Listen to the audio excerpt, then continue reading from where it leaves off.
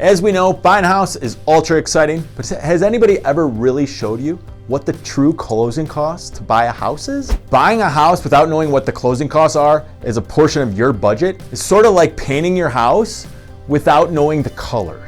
So in this video, I'm gonna walk through all the standard closing costs so you're way better prepared than maybe the next guy out there that wants to buy the same house that you like. So let's start with loan fees, also known as origination, points, underwriting fees, doc prep fees, what have you. And these costs are just to process your loan file. Now, one of the benefits of working with a broker owner like myself here at Feel Good Mortgage, we actually don't have to charge you any lender fees if you don't want to pay them. So if you don't want to pay those, boom, I just saved you over $1,000. Now here's a quick mortgage tip. All the remaining fees that we're going to talk about are what they call third-party fees. Not you, not me, not your realtor has any control over what those costs are. And as a matter of fact, they would all be the same no matter what lender you actually use. Title costs. This is the accountant for the file.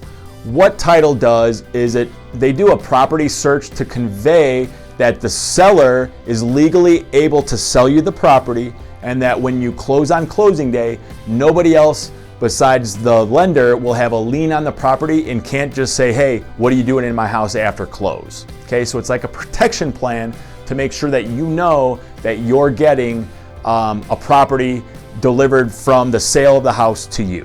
Home inspections. Now, home inspections are about $500 or so, give or take. You may even have an add-on called a sewer scope. And really what you're doing is just, you want a professional to be your second set of eyes and really go through the property to make sure that there's no major defaults or defects, okay? Because the fact of the matter is you'll probably spend less than a half an hour in the property before you fall in love with it and decide to place an offer. There's gonna be other fees like recording fees. So when you get a mortgage, there's gonna be a mortgage and a deed that the county will record as a public record. Okay, so there's costs associated with that, which are about $300. Now, when you get a mortgage, you're also gonna have what they call homeowners insurance or HOI. Homeowners insurance premiums can vary widely depending on the type of property you buy, where you're buying, what you have insured. But the general rule of thumb is, anywhere from about $800 to about $1,800 is about right for a policy.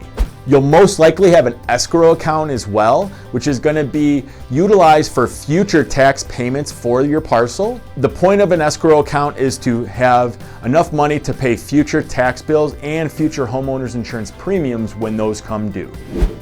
And you'll also have some sort of municipality transfer stamps or taxes. So that's something that you definitely want to keep in mind depending on where you're buying.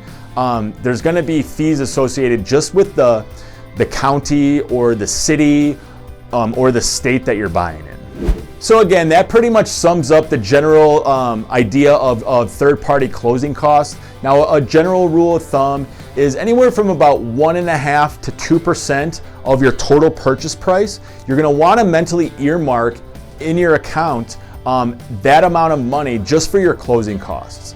Now, keep in mind, if you do not have that kind of money on top of your down payment, we can get creative on the finance end and with your financial preparation to have maybe the sellers pay for your closing costs, get what they call a seller's credit, or you may even want to take a little bit higher interest rate so that the interest rate can pay your closing costs. That pretty much sums it up. If you have more questions, obviously, you know how to get a hold of me. For now, let's move you on to that next lesson.